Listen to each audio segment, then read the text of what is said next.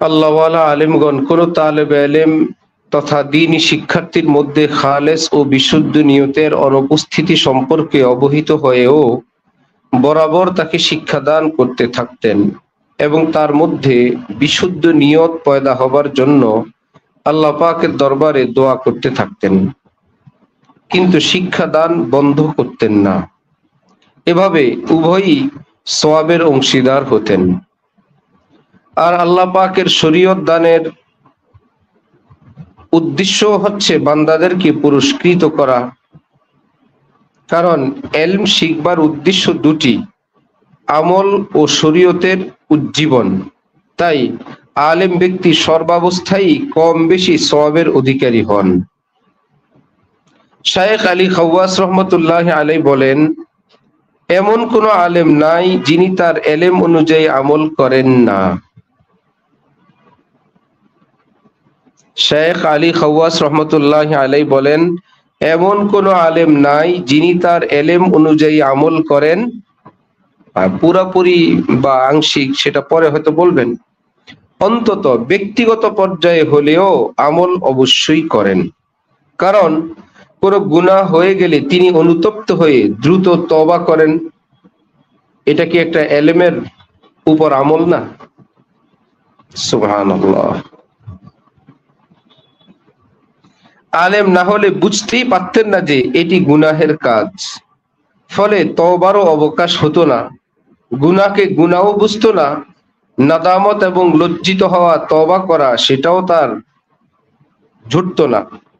অতএব গুনাহগার হওয়া সত্ত্বেও যে কোনো আলেম ব্যক্তি এতটুকুন আমল তো অবশ্যই করেন, যদিও তিনি হক্কানি আলেম সমাজের নজরে আসল সংজ্ঞা অনুযায়ী আলেম রূপে বিবেচিত নন।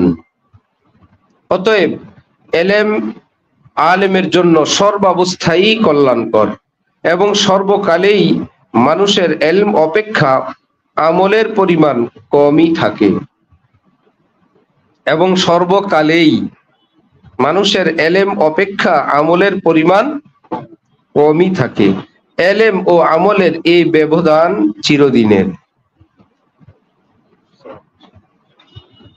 কি কিছুটা তাসাল্লি হয় না?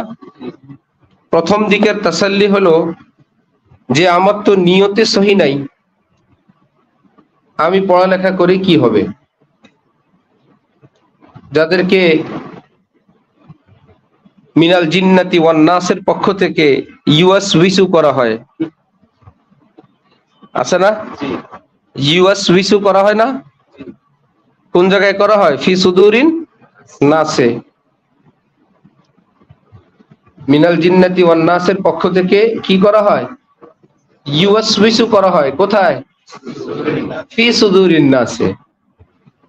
আল্লাযী ইউওয়াসউইসু ফি, কে সে?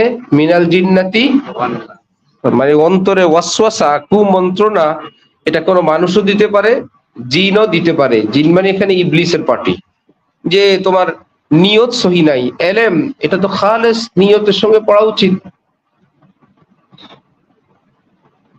কেউ তওবা করবে, তাকে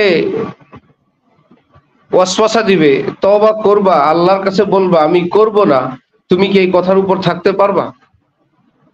যদি নাই পারো, ওয়াদা করার দরকার কি?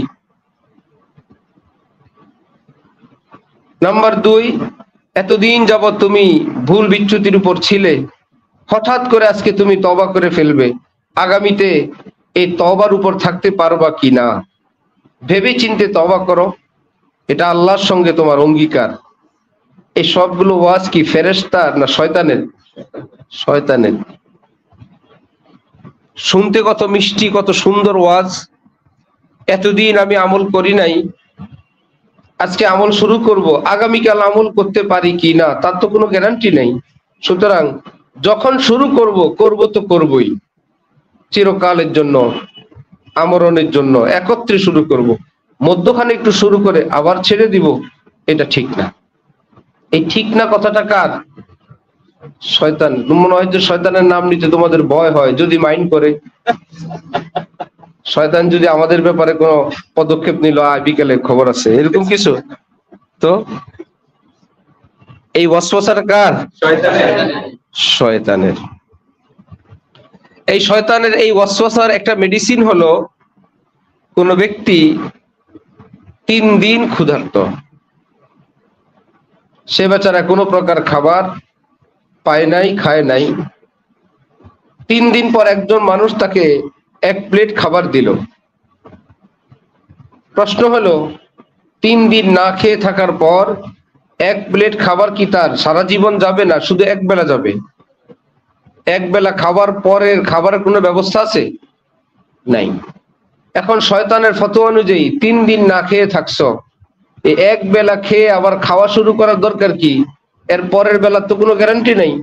খাও না, যখন না খেয়েই থাকো, যেদিন থেকে খাওয়া শুরু করবা মৃত্যু পর্যন্ত খাবার ব্যবস্থা করার পরে তারপর স্টার্ট দিবা।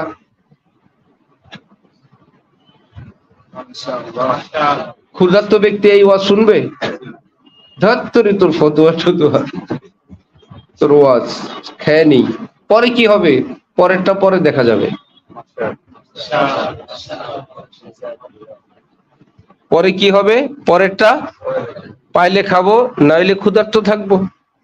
আবার যখন পাবো তখন, এখন তো খাই, এখন সুযোগ আসছে, এখন তো খেয়ে নেই। অতীতের পিছনের যে ক্ষুধাটা, কষ্টটা এখন খেলে কি সেটা নিবারণ হবে না? কিছুটা কমবে না? একটু স্বস্তি তো নেই। যদি আল্লাহ তৌফিক দেন পরের বেলায় খুব খাবো, আর যদি ভাগ্যে না জুটে যখন তৌফিক হয় তখন খাবো।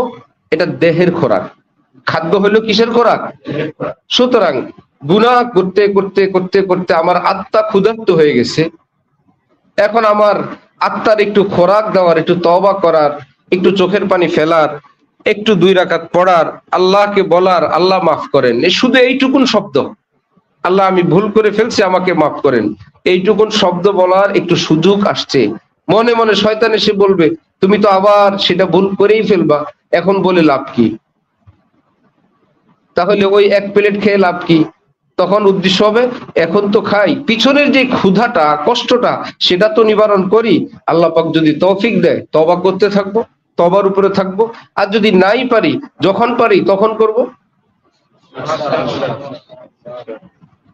তাহলে তওবার সুযোগ আসলে কোনো প্রকারের ওয়াসওয়াসা, কোনো প্রকারের কথা কুমন্ত্রণার দ্বারা সেটা কি মুলতবি রাখবো, না সাথে সাথে করব? সাথে সাথে করব। আল্লাহ মাফ করেন, রব্বি মাফ করেন, হয়ে গেল একটা তওবা। আল্লাহ আমি বড় গুনাহগার, আল্লাহ আপনি দয়া করেন, হয়ে গেল এইটুকুন কথা। তারপর যদি 2 রাকাত ভাগ্যে জুটে, তারপরে যদি মুনাজাত তৌফিক হয়, তারপরে যদি একটু চোখের পানিও রব্বুল আলামিন দান করেন, তাহলে তো কথাই নেই, নূরুন আলা নূর। তালিবে ইলমদের ওয়াসওয়াসা পড়ে লাভ কি? পড়লে ইলম শিখবে।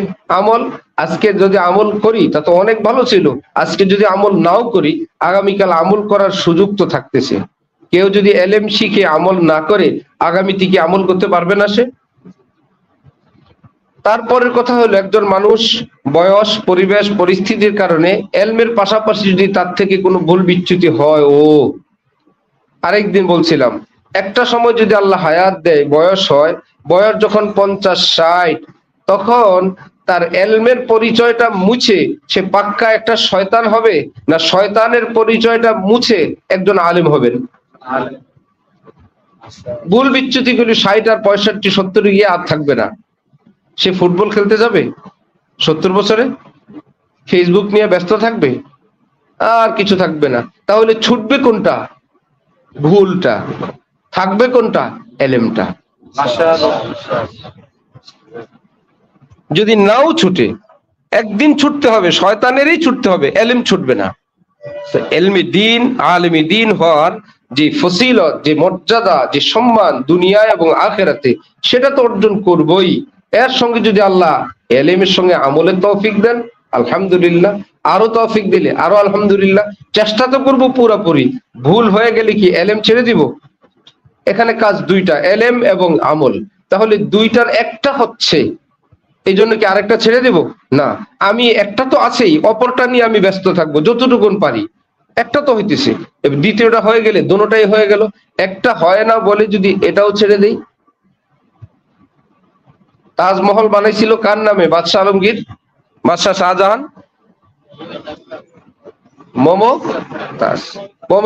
মমতাজের হাতে একটা কবুতর দিছিল। কবুতর কোনোভাবে হাত থেকে ছুটে গেছে। হ্যাঁ, কবুতরটা কোথায়? চলে গেছে। কেমনে গেল? আমি কেমনে দেখাবো কেমনে গেল? কবুতর তো কবুতরের মতো গেল। মানুষ কি দেখাইতে পারে কেমনে গেছে? সে বললো যে আরেকটা কবুতর যদি দেন তাহলে আমি দেখাইতে পারি। আরেকটা কবুতর হাতে দিলে ছেড়ে দিছে, বললো এমনি গেল। দ্বিতীয়টা যখন ছাড়ছে যেভাবে যাইতেছিল, তখন বাচ্চাকে বলছি এই ঠিক এইভাবে গেছে আগেরটা। যাইতে যাইতে কয়টা গেল? দুইটাইতে গেল। এমন যেন না হয় যে একটা এমনি গেল, আরেকটা দেখাইতে গিয়ে দ্বিতীয়টাও গেল। এইরকম যেন না হয় যে আমার আমলে কমতি, এলেম ছিল, এখন একটা নাই দেখে এখন আরেকটাকে বললাম নাই যত এলেমে বাদ দিয়ে দিই, তাহলে দুটোটাই এগুলা শয়তানের কৌশল। আল্লাহ আমাদেরকে হেফাজত ফরমান। ওয়া আখির দাওয়ানা আলহামদুলিল্লাহি রাব্বিল আলামিন। সুবহানাল্লাহি ওয়া বিহামদিহি।